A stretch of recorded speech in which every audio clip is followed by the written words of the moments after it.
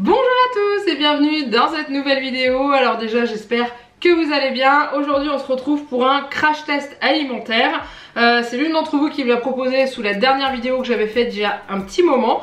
C'est le gâteau magique. Vous aviez été plusieurs à liker et d'autres à me le proposer en message privé. Donc du coup je me suis dit allez, je me lance. Je n'ai encore jamais fait ce gâteau. J'ai toujours eu peur de le faire parce que j'ai toujours eu peur de me foirer.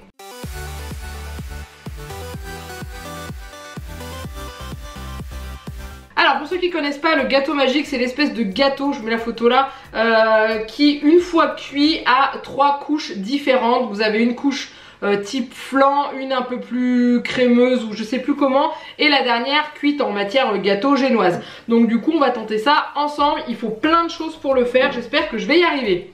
Au niveau, alors j'ai imprimé la recette parce que j'ai mon téléphone qui fait le retour caméra ici, donc du coup je peux pas avoir mon téléphone à côté, mais c'est pas grave. En général quand j'imprime les recettes après je les mets dans mon cahier de cuisine et du coup comme ça je les reproduis, sauf si c'est un flop total. On y va. Alors il faut 50 centilitres de lait, donc je suis sortie 2 briques parce que celle-là il y a quasiment plus rien, celle-là est neuve. Il faut 2 gousses de vanille. Alors moi j'ai pas de gousse de vanille, j'ai ça, de l'arôme de vanille. Pourquoi? Parce qu'il n'y avait plus de gousse de vanille en magasin, donc du coup je vais prendre ce que j'ai dans les mains, hein. Il faut 4 œufs, 150 g de sucre en poudre, un sachet de sucre vanillé. Moi c'est du sucre vanillé maison, donc en gros c'est du sucre en poudre classique dans lequel je mets mes gousses de vanille que j'ai, où j'ai enlevé les grains que j'ai utilisé pour faire de la pâtisserie ou des crèmes dessert, des choses comme ça, et je les mets là-dedans et j'ai un sucre qui sent trop bon la vanille. Donc faut que je regarde le poids d'un sachet de sucre vanillé, je verrai bien, au pire je mettrai une cuillère à soupe ou une cuillère à café. Une cuillère à soupe d'eau, donc j'ai mis de l'eau dans mon petit bocal là. 125 g de beurre, donc mon beurre est ici, j'en ai sorti un deuxième au cas où j'en ai pas assez. Il faut également 110 g de farine, donc c'est pas du muesli comme d'habitude, pour ceux qui me connaissent vous savez qu'il y a de la farine à l'intérieur. Voilà, et une pincée de sel, ça j'ai pas sorti.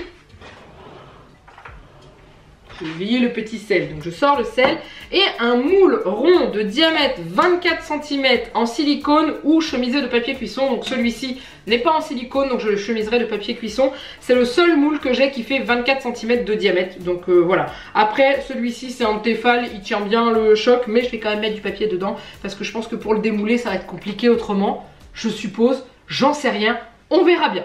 Allez, on est parti. Alors, fendez les gousses de vanille en deux et prélevez les graines avec la lame d'un couteau. Donc déjà j'ai pas ça à faire. Faire chauffer le lait avec les graines de vanille et les gousses ouvertes. Laisser infuser hors du feu 1 heure.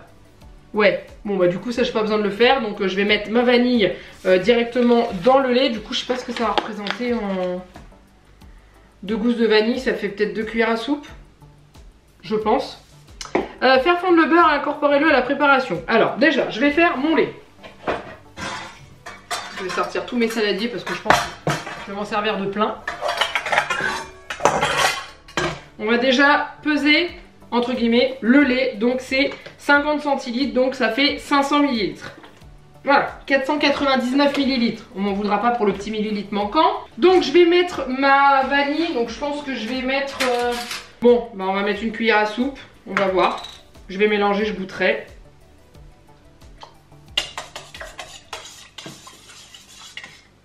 Je pense que ça va suffire parce que comme on doit rajouter du sucre vanillé après dedans, je pense que ça va aller. Oui, oui, vous n'avez pas manqué. J'ai bien noyé ma cuillère dans le lait vanillé. C'est pas grave, je mets là, je nettoierai mon plan de travail.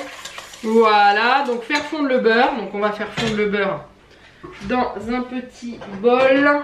125 g de beurre. Donc là, je pense pas que j'ai 125 g. Je pense que 58.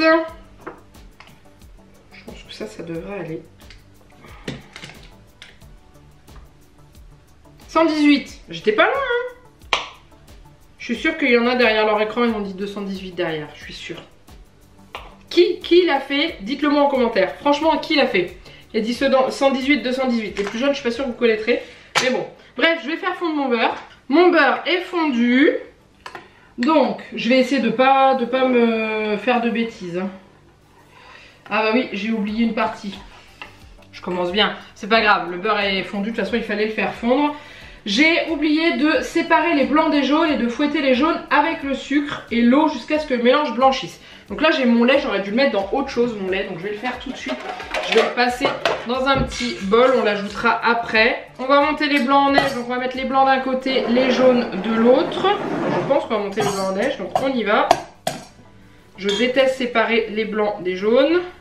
Alors, hop, on laisse les blancs de côté et on va ajouter le sucre. Donc le sucre, il faut 150 grammes. Ça va être vachement sucré, hein. Voilà, 148, ça ira très bien. Les jaunes avec les sucres. Donc du coup, le sucre vanillé aussi. Donc le sucre vanillé, je vais mettre une cuillère. Oula. Sans mettre des morceaux de gousse. Un peu plus peut-être, parce que là, on n'est pas sur un sachet. On va dire que ça ira. Voilà. Et ensuite, on mélange jusqu'à ce que le mélange blanchisse. Ouais, comme la plupart du temps.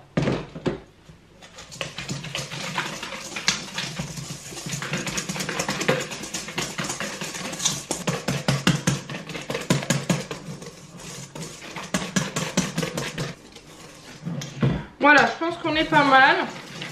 On a un mélange qui a bien blanchi. Je vais faire préchauffer mon four. Alors, il est indiqué préchauffer votre four à 150 degrés en chaleur statique. Donc, j'ai été voir ce que c'était sur internet.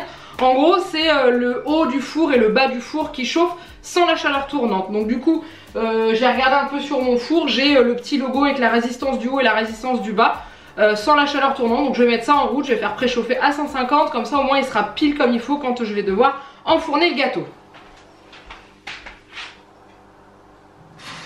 Après il mettait qu'on pouvait quand même faire à la chaleur tournante en baissant de 10 degrés, mais je préfère suivre vraiment la recette à la lettre. Alors une fois qu'on a ajouté les œufs, faire fondre le beurre et incorporer-le à la préparation. Ce coup-ci on y est, donc je vais mettre mon beurre, voilà, je vais y aller doucement. Ça a l'air d'être un gâteau qui va être assez consistant. Je sais pas si ma fille va aimer. Je mélange. Ajouter la farine et le sel, pardon, et fouetter quelques minutes.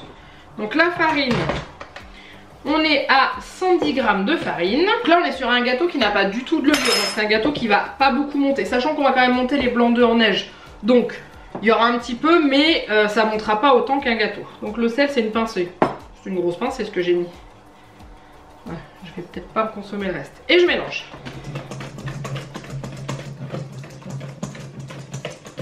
Voilà, au bout de quelques minutes, petites minutes, ce que ça donne. Donc ensuite, retirer les gousses de vanille du lait. Donc moi ça, j'ai pas eu à le faire. Verser petit à petit dans la préparation au jaune d'œuf tout en fouettant. Monter les blancs en neige et incorporer délicatement. Ok. Bon, ils disent pas si le lait doit être chaud. Étant donné que les gousses de vanille elles ont infusé pendant 1 heure, normalement le lait il est plus censé être chaud. Donc il n'y a pas d'histoire de cuisson comme une crème anglaise ou un truc comme ça. Donc je vais mélanger doucement.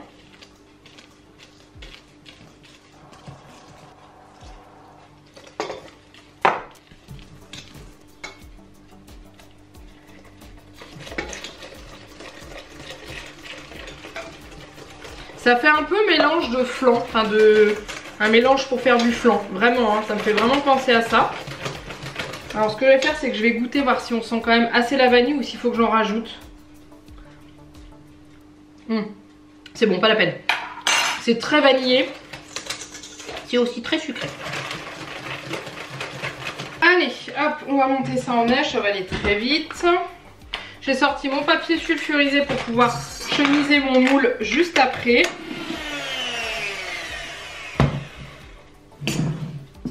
Ok, les blancs d'œufs sont montés. Je lisais la recette pendant que je montais les blancs. Et alors ils expliquent, bon déjà j'ai oublié de mettre l'eau.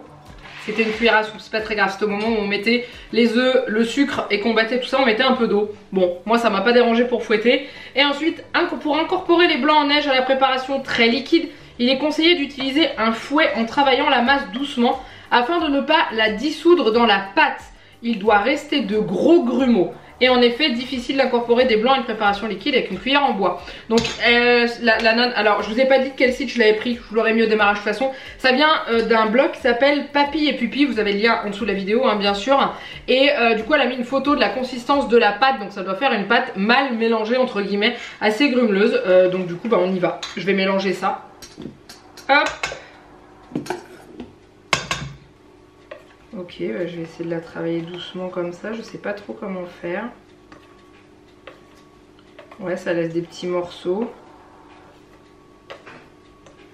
D'accord. Je vais pas trop mélanger du coup parce que je suis censée avoir des morceaux de blanc d'œuf. Ça me paraît tellement bizarre cette recette, c'est un truc de fou. Je pense que c'est ça qui va faire que ça va rester sur le dessus et que du coup la cuisson va être différente. Je suppose. J'en sais rien du tout. Je ne sais même pas dans quoi je m'engage les gens. Je finis les blancs.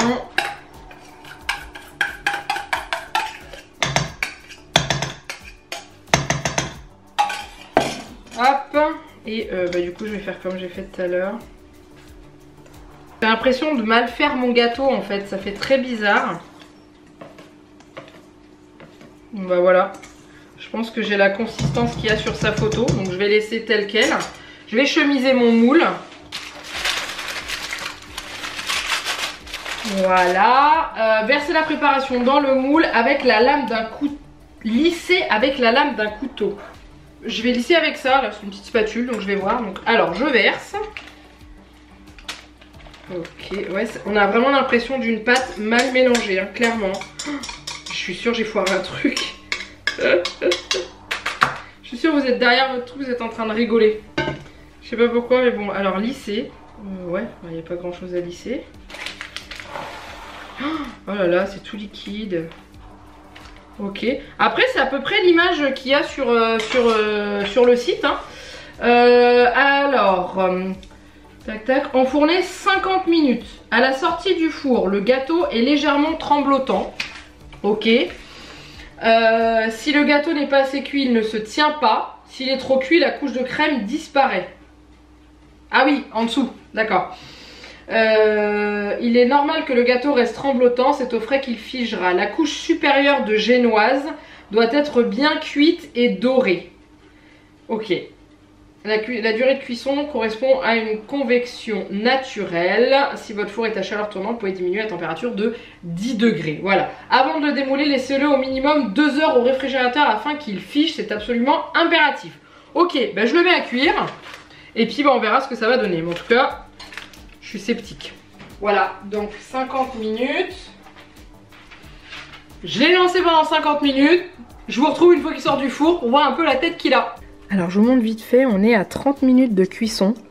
Donc là on voit que le dessus a commencé à bien cuire. Le gâteau est quand même, je sais pas si vous verrez, mais il est tremblotant. Donc il reste encore 30 minutes. Donc on verra, mais en tout cas, franchement, ça sent très très bon dans la cuisine. Bon, alors j'ai sorti du four, après la cuisson, le gâteau. Donc il y a la génoise au-dessus qui a l'air d'être plutôt pas mal. J'ose pas piquer dedans. Et il est tremblotant, hein, comme précisé. Du coup, voilà, là il y a un endroit où la génoise elle est en train de tomber un petit peu. On voit un peu la crème en dessous. J'avais sorti le couteau parce que je voulais le piquer, puis finalement je me suis dit non.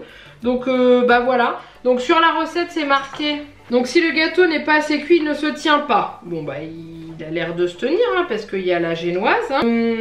La couche supérieure de génoise doit être bien cuite et dorée. On est d'accord, elle est bien cuite et dorée. Voilà, donc avant de démouler, laissez-le au minimum 2 heures au réfrigérateur afin qu'il fiche, c'est absolument impératif. Alors moi je vais pas le mettre tout de suite au réfrigérateur parce qu'il est brûlant. Donc je vais le mettre dans un petit coin de ma cuisine, je vais le laisser refroidir pendant plusieurs heures. Il y a marqué servez frais, si vous pouvez attendre, dégustez-le le lendemain, il sera encore meilleur. Les arômes ayant le temps de se développer. Donc c'est ce que je vais faire. Du coup je vais le laisser refroidir là. Il va passer toute la nuit au frais. Et je le démoulerai demain entre 2 réunions de Janek. Je crois qu'il en a une demain en plus. Et du coup on goûtera nous en dessert le midi. Et on vous dira, enfin je vous dirai ce qu'on en aura pensé. Voilà, je pense que c'est la meilleure solution. Mais en tout cas, ça sent super bon. Ça me donne vraiment envie de le manger. Donc voilà, il y avait une petite goutte de... Je pensais que ça s'en irait mais non. Donc je vais découper un peu ça pour pas être emmerdée. Et puis je vais laisser refroidir ça. Et puis je vous retrouverai dans quelques secondes pour vous et le lendemain pour moi. Bon alors je vous retrouve le lendemain. Je vais vous filmer ça comme ça vous puissiez voir le détail. Donc j'ai démoulé le gâteau. Il a passé la nuit au frais. Donc voilà ce que ça donne. Il est un petit peu retombé. Je sais pas si je vais avoir les couches parce que sur le côté clairement on voit rien. En dessous il a quand même cuit, c'est à dire qu'en dessous il est comme ça. Donc il a peut-être un peu trop cuit en dessous, donc je sais pas. Donc du coup je vais le couper. Ça colle un peu. Bon, je vous ai posé pour le couper parce que j'avais pas assez. J'ai glissé la spatule en dessous, mais j'ai pas regardé. Donc, est-ce qu'on va avoir les 3 couches? On dirait bien. Alors, on va regarder de plus près. Donc, j'ai l'impression d'avoir une couche un peu type flan ici, un peu crémeuse ici, vous voyez, qui est assez molle, et la couche de ganache. Donc, ok, là, ça a l'air plus cuit. Donc, normalement, c'est censé donner ça, je pense. Donc ouais, ça m'a l'air plutôt pas mal. Vous savez quoi, je vais le goûter, je vais vous dire ce que j'en pense. Donc je vais le goûter, on va voir. Mais ça a l'air d'être plutôt pas mal. Donc on est vraiment sur la texture du flan en bas. Sur la texture crémeuse en haut. Hein. J'ai de la crème, comme de la crème à la vanille sur les doigts. Et la texture gâteau au-dessus, donc bah on y va.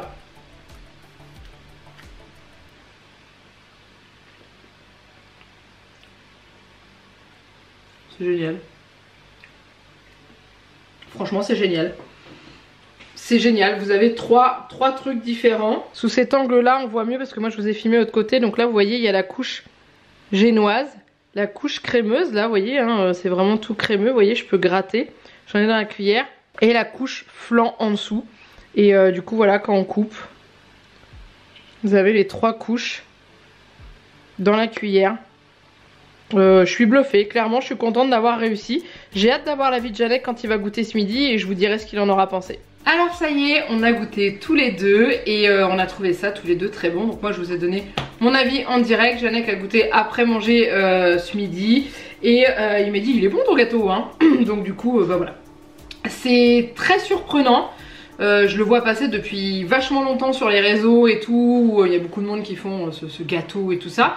Et franchement c'est très surprenant mais c'est très bon. C'est 3 textures différentes. J'ai trouvé ça très agréable et très...